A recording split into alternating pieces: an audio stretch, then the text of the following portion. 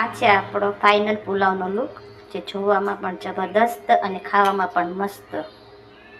જો પાકી ગયો છે, બધા છૂટા છૂટા ચાવલ પાક્યા છે, જોવામાં પણ મસ્ત લાગે છે. સાથે આપણે લઈશું લીંબુ, કચુંબર અને એની સાથે આપણે બનાવેલો છે મીઠો રવો. આ છે બોઈલર મુરગી, જે કડક મુરગી કહેવામાં આવે છે, ચિકન. એની અંદર બાફવામાં આપણે ડુંગળી, પછી ગરમ મસાલો, હળદર, નિમક, આદુ લસણની પેસ્ટ, એ બધી વસ્તુ નાખીને આપણે એને 3 સીટી લઈને પકાવી લીધું છે. હવે આ પકાવ્યા પછી આપણે એનો પુલાવ બનાવવાના છે. હવે કઈ રીતે બનાવું છું એ તમે જુઓ પૂરો વિડીયો. ચાલો આપણે નાખશું તેલની અંદર ટમેટા. લાલ મરચું લેશું આપણે 3 ચમચી ભરીને. 3 ચમચી એટલા માટે કે તીખું નથી, મીડિયમ છે તે માટે. પછી એમાં નાખશું આપણે 2 ચમચી ધાણા જીરું. અંદર નાખશું આપણે બાફેલું પાણી, જે આપણે મુરગી બાફી હતી એનું પાણી છે, એ આપણે મસાલામાં એડ કરશું. અને એ મસાલો પછી આપણે પાકવા દઈશું તેલમાં નાખીને. તેલમાં નાખશું, આપણે તેને હલાવશું. સાથમાં આપણે નાખશું મસૂર, જેને આપણે 1 કલાક પહેલાં પાણીમાં પલાળીને રાખેલા છે. એ મસૂર પણ પાણીમાંથી કાઢી અને આપણે મસાલામાં પાકવા દઈશું.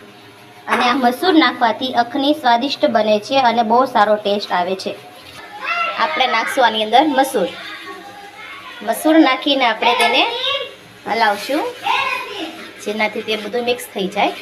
અને થોડીક વાર આપણે પહેલાં પાકવા દઈશું.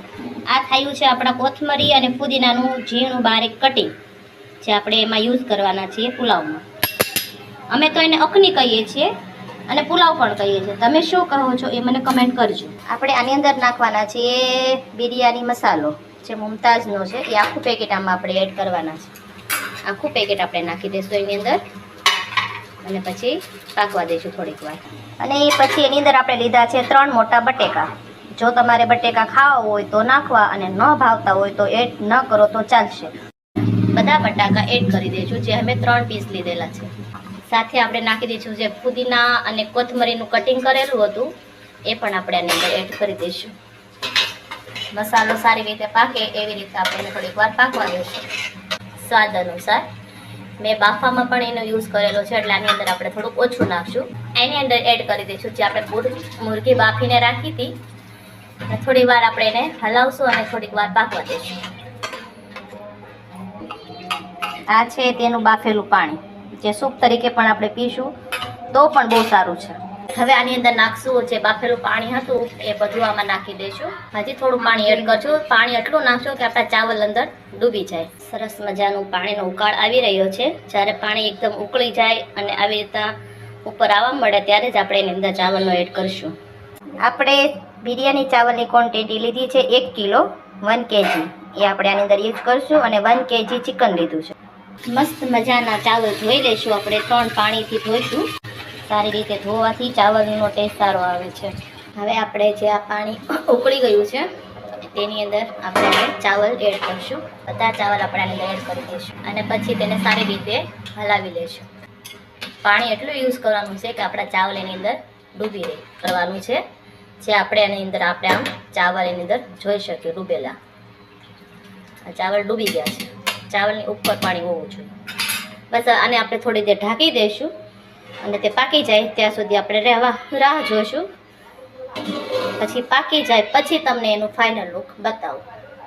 એ વચ્ચે આપણે 1-2 વખત આપણે એને ખોલીને જોતા રહીશું અને હલાવીને ચેક કરતા રહીશું, જેથી તે તળિયે બેસી ન જાય. અને આપણે આને આવી રીતના હલાવશું, જોઈશું. પાણી બળી ગયું છે અને પાણી થોડુંક છે, તો હવે આપણે આને ઢાંકી અને ગેસ એકદમ ધીમો કરી અને દમ ઉપર થોડીક વાર પાકવા દઈશું, જેથી ચાવલ બધા છૂટા છૂટા થઈ જાય અને સારી રીતે પાકી જાય અને નીચે તળિયેથી બેસે પણ નહીં.